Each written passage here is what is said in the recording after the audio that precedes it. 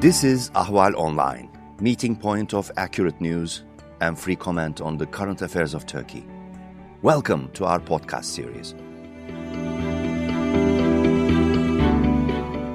Hello, and welcome to Talking Turkey. I'm your host, Ahval editor David Lepeska, and with me today is Inan Dogan, an economist and the co-founder and research director for the investment news and analysis site Insider Monkey. Thanks so much for joining us, Inan. Hello. Hi, David. We are speaking on April 30, with Turkey at 117,000 confirmed coronavirus cases and just over 3,000 deaths. A month ago, you made some predictions about Turkey, estimating that, according to your model, as of March 21, the country had at least 500,000 infections, and that by mid-April, the death toll in Turkey would exceed 5,000 and could even be twice that amount at that time. Today is the last day of April, and the official government death toll is about 60% of your low estimate. Is this just a matter of Turkish authorities being unaware of many corona-related deaths, do you think, or something else going on?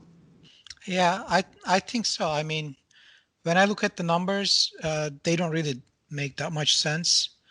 Like up until the end of March, the rate of increase in coronavirus deaths in Turkey was behaving as expected. You know, there's some variation in the numbers, and it was growing exponentially. And actually, it was one of the highest exponential growth rates that we observed in the world. That was until the end of March. And then in April, when I look at the numbers, all of a sudden, the exponential growth rate turned into a linear growth rate, which is like, you know, you wouldn't expect that from a virus that is, you know, spreading like wildfire. So I think Turkish authorities aren't capturing all the coronavirus-related deaths in Turkey.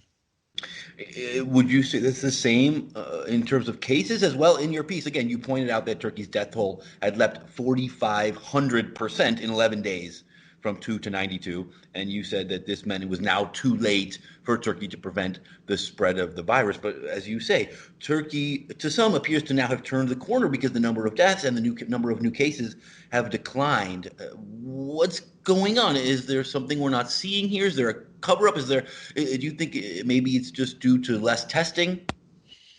I can't comment on whether it's a cover-up or not, but the numbers don't make sense to me. So I don't really use the numbers, and we don't. You know, it really doesn't matter. You know, whether there are 3,000 people dead or 10,000 or 15,000. It really doesn't matter at this point because Turkey is pursuing a different strategy than the rest of the world. You know, maybe Sweden is closer to Turkish approach, but most of the world is trying to contain the virus.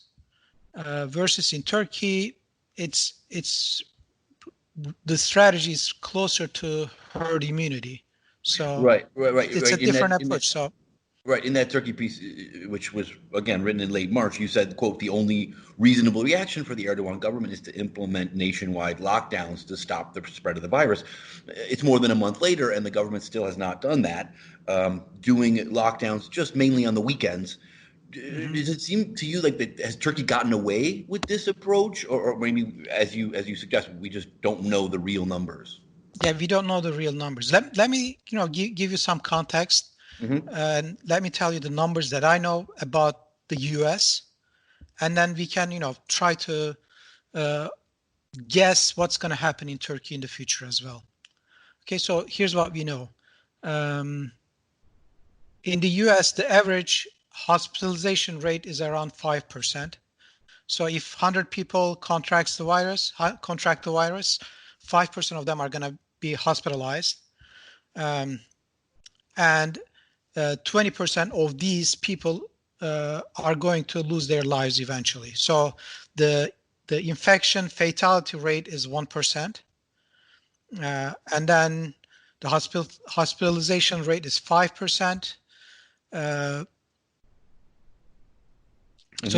these are important figures. We know that the death toll in the US is going to approach around 100,000 by the end of May, maybe 90,000, maybe 100, in that range, which tells us that in the US, 10 million people are infected with the virus. So when you look at the confirmed number of cases, it's just a tiny fraction of this 10 million number. So that's why I really don't use the confirmed case count to understand what's going on in a country. So the better number to look at is the coronavirus related deaths. So this is an important point. I see. I mean, yeah. Nobody's good at testing people and then identifying all the cases, because there are millions of cases, and then they don't have millions of tests. Right. I mean, the New York Times last week highlighted research that shows Istanbul's sharply increased death rate for March. And this week, the New York Times ran a similar piece for several U.S. states, most notably New York and New Jersey. So it seems like it may be the case in the U.S. and Turkey and many countries worldwide that we are getting significantly underreported corona-related deaths. So right now, the official global death toll of all the countries added up is about 230,000. But in your view, the actual death toll right now might be something like 500,000. Is that right? We won't know really, but it'll just be a wild guess. But a conservative estimate could be maybe 300,000, which implies that about 30 million people around the world already contracted the virus. Hello? Sorry, did I lose you? Yeah. I said my conservative point estimate for the worldwide deaths is about 300,000, which implies that the number of infected people as of today is about 30 million. I see. And when we look at the number of confirmed cases worldwide, what is it? Is it 3 I think million? it's like 3 million or something like that. So 2 million, yeah. So we are really, capturing or confirming maybe 10% of the actual number of cases right now. So that's what's going on. On February 27, in a piece you wrote, a full 2 weeks before Trump started putting travel bans in place, you called for the U.S. to halt all international air traffic immediately. Your model produced what initially looked like extreme scenarios, but in hindsight proved to be conservative estimates, such as 800 U.S. dead by March 26, when the actual number was 1042, 6,400 dead by April 3, when the actual toll was 7,152, and 20,000 dead by April 15th, when the actual number at that date was more than 28,000. Right now, the official U.S. death toll is about 62,000. I'm just wondering, you said recently, in a month, by mid-May, you expect it to be around 100,000 because you estimate that right now there are about 10 million cases in the U.S. Do you expect those numbers to start decline sooning, like that 10 million number and like kind of the estimated death toll? Are those numbers slowing now in your model or what? Yeah, they are slowing. I mean, because we have been in a very effective lockdown for the past 4 or 5 weeks. So that that stops or significantly slows down the spread of the virus, and then most of the infected people recover without any complications. And I believe that they're going to be either immune or resistant to the virus, so we won't see these people getting infected again in the future. This hasn't been confirmed yet, but it's a reasonable assumption at this point. So yes, I mean in the U.S. we have about 10 million people infected. In New York City, that figure is more than 2 million. So about a quarter of New Yorkers were already infected with the virus right now. So and we have only 75% to go. Yeah, we'll get to that kind of herd immunity approach in a minute. But first, you predicted in a piece that also that the U.S. economy would contract in the second and third quarters and be in a recession by the time of the presidential vote in early November. Right. This week, we learned that the U.S. economy contracted nearly 5% in the first quarter, and that over the past 6 weeks, more than 30 million people have filed for unemployment. I just wonder if this data that arrived this week, does it alter your estimates, your economic estimates for the U.S. for the rest of the year? I mean, the second quarter is going to be really, really tough for the economy. The contraction could be as much as 30%. That's what other people are estimating.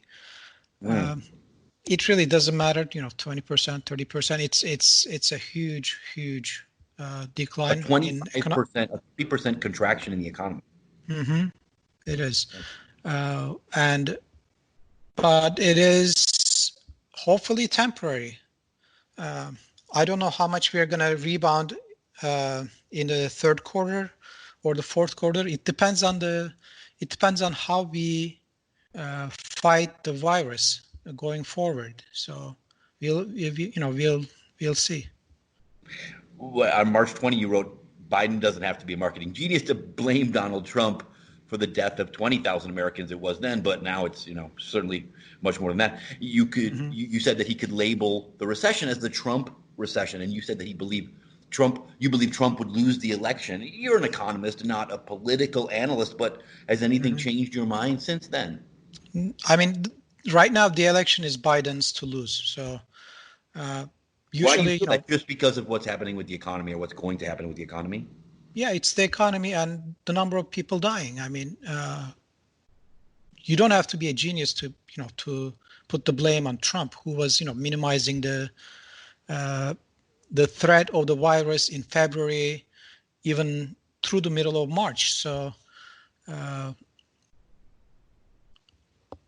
if you have good marketing managers, you should do a good job of putting the blame on Trump rather than individual governors. My personal opinion is that it wouldn't have mattered if Trump wasn't the president. If it was Biden the president, I think we would be in the same situation right now. But it's politics. So whoever's in charge, it's usually the people blame them for the outcomes. And what about Turkey? First, the Turkish economy, as we said before, it's taken a different approach, locking down only on weekends, and I believe in the last 3 or 4 weekends. It's dealing with other issues, though, including inflation. A journalist friend of mine in Istanbul posted on Twitter just this week saying that the price of his weekly outing to the market had doubled. So what do you think of what's going on with the Turkish economy right now amid this lockdown and pandemic? Even before the lockdown, Turkish economy was emerging from a recession. So it's not really strong enough to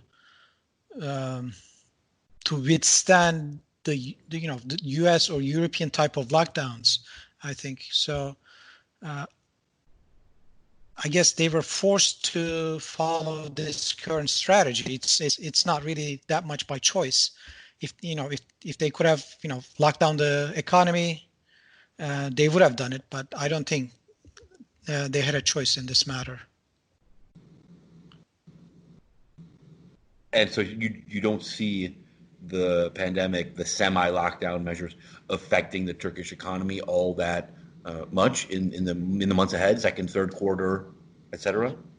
No, I mean, like in terms of economic growth, I think Turkey's approach will maximize the economic growth.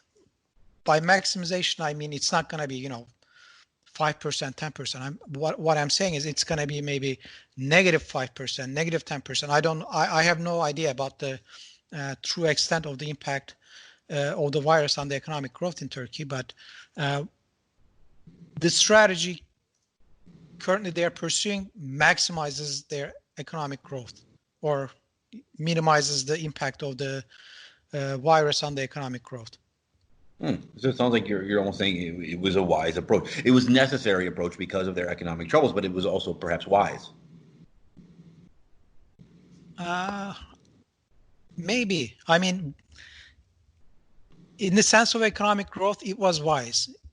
Is our goal to maximize the economic growth in this situation, or to preserve human lives? I mean, what's our goal? It depends. So, Well, a lot of people have been criticizing this government, Erdogan's government, for prioritizing the economy over public health, over lives. But if the Turkish authorities' latest numbers on coronavirus are to be believed, and maybe they're not, as we've said, then it seems like they've succeeded to a certain extent. Is that your view? What do you think of that?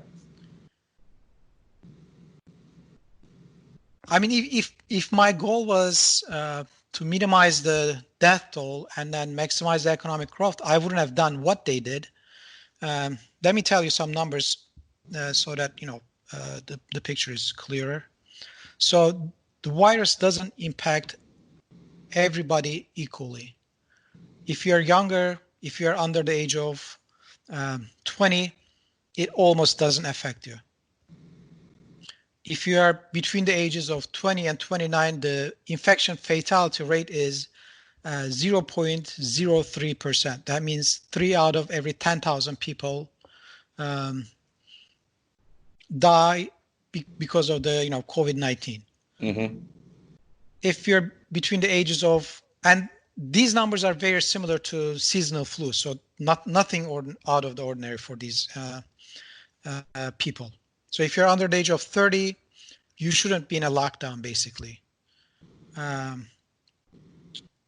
If you're between the ages of 30 and 39, the infection fatality rate in the US is 0.12%. So that means about 1 in every 1,000 people will eventually die if they contract the virus. Which is about the same as the flu, or no? Like twice the seasonal flu. Okay. Again, this is not a huge number. So, and if you're between the ages of 40 and 49, the probability of death is 0.25%. So that's 1 in 400. It's getting, it's getting serious. It's starting to get serious. And if you're between the ages of 50 and 59, the probability of death is about 0.7%. And then if you are between the ages of 60 and 69, the probability of death is more than 2%. It's 2.1%. And above the age of 70 and less than 79 or less than 80, it is almost 5%. And if you are above the age of 80, it is more than 9%. So Turkey's strategy was to lock down people who are above the age of 65. I think it started... and under 20 for some reason, but okay, yeah. Yeah, I don't understand the under 20 portion. The problem here is if people are living, if the people above the age of 65 are living in their separate apartments or houses, and if they don't have any contact with the rest of the population, Turkey's strategy is great. Okay, but that's not the case for everyone, so they have to... I'm sorry, I lost you for a second there. If they're living in their houses and Turkey, I missed something in there. Please, if you could repeat. If they have their own houses, so if they're not living with their kids or grandkids, do you see what I'm saying? Because if they're truly isolated, then Turkey's strategy is really the best strategy. But I don't know what percent of Turkey is in this situation. My parents have their own place. They're isolated. They don't see anybody, so they are safe. In Istanbul or something? No, they are in Adana. Adana, okay. But there are lots of other people, older people, who live with their kids and grandkids in multi-generational houses. So and these people are going to be at risk because they're going to contract the virus from their kids or their grandkids. So that's the main problem. The optimal situation is whenever you have these people, you have to isolate them. I don't know, maybe in dormitories or other places or hotels. I don't think Turkey is getting a lot of tourists right now, so I'm sure there are lots of capacity available in the hotels. So if we had isolated these people, then our strategy would have been optimal in terms of preserving human lives. Right. Right. Yeah. Your findings that suggest, as you just said, that for people under 40, coronavirus is about as deadly, a little bit more deadly, or less deadly than the flu. And you thus recommend that in New York City, where, as you said before, about 25% of the population, maybe a little more, has already been infected. Right. Younger people should be encouraged to return to their normal lives, soon increasing the percentage of the population that has been infected. You also said that people over 40 who've already been infected should also resume their normal lives, and that these moves will move us towards this herd immunity concept, which requires something like 50 to 60% infection rate. I was reading this and I thought it was interesting how this flips our previous thinking on its head. A few weeks ago, the places with the most infections were seen as these horrible, dangerous hotspots that everybody wanted to flee and get away from. Suddenly, the epicenters have the advantage in terms of moving into the next phase of this and starting reopening the economy. Is that right? That is correct, yes. I mean, in terms of fighting the virus, the optimal strategy was, as I said, at the end of February, to lock down the borders so that infected people don't come into the country and seed the virus throughout our communities. And then we do aggressive testing so that the virus doesn't spread. We weren't successful at preventing that. So it happened. Once it happens, I think the best strategy is to let the young people contract the virus so that you build immunity in half of the population or 60% of the population. And if you accomplish that, then by aggressive testing, you can actually contain the situation. So I think Turkey is going towards that point. So since we don't have reliable numbers about the situation in Turkey, I don't know what percent of Turkish people are infected with the virus. What would you estimate, though? Let's assume that, as we suggested before, the numbers of Turkish authorities are off in some way. Forget a cover up or whatever. They're just not. What is your model suggesting is the actual number of cases and deaths in Turkey right now? So that would then help anybody kind of determine when Turkey can move forward with the herd immunity approach. Do you have some estimates for how many cases and how many deaths Turkey might actually have right now? Nothing. I have nothing. Whatever I say, it's just going to be pure speculation. So I have nothing. We don't know really anything about Turkey's situation right now. We don't know at what stage of the infection. And then that's because the numbers took a strange turn in the past couple of weeks. Is that right? Right. Yeah. Since April 1st, the numbers, they just don't make sense at all. So we really don't know. What Turkey needs to do is, New York City started doing this. New York State actually started doing this about 10 days ago. They were testing people for antibodies in their blood. And that way you would know what percent of the population is already infected with the virus. Sure. So that's really a telling number. That's how we know that a quarter of New York City is already infected with the virus. Without that test, you would have no idea. But there's also been some findings that suggest that even people with who have had coronavirus can spread it, and then it can be revived in people. Even you can have it again a second time. So that could No, trouble.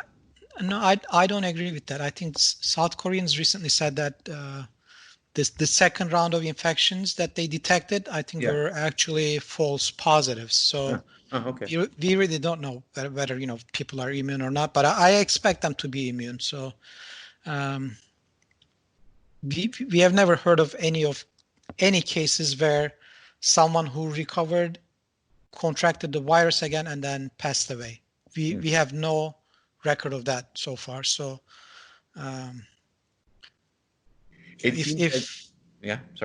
if people aren't immune and if they're getting reinfected, we would have seen one of those cases basically. So it seems like eventually, until there's a vaccine, we'll all be getting COVID-19 sooner or later. So this herd immunity approach is probably the only way. It's going to happen everywhere. I don't know. I think there's some anecdotal evidence that the virus spreads slowly in hot and humid climates. So things might be better during summer, and we might have an opportunity to control the spread of the virus during summer, especially in the US. And then if we are really prepared, we might be able to contain the spread of the virus during the flu season in the fall. So yeah, about the heat element, I guess we'll start learning in the next coming weeks as states reopen and the weather warms up. We'll see. Yep. Yeah, we will definitely need more information, more data, more facts to determine how it's gonna behave. But so far my expectation and the market's expectation is that we are gonna contain the virus at least through September or so. Inan Dogan of Insider Monkey, great talking to you. Thanks so much for your time and insight. Thank you, David.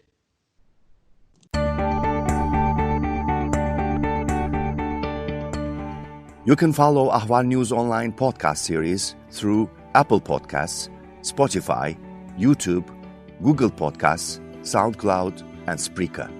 All you need to know about Turkey is here, for your ears, mind, and attention. Thank you for listening to our podcast.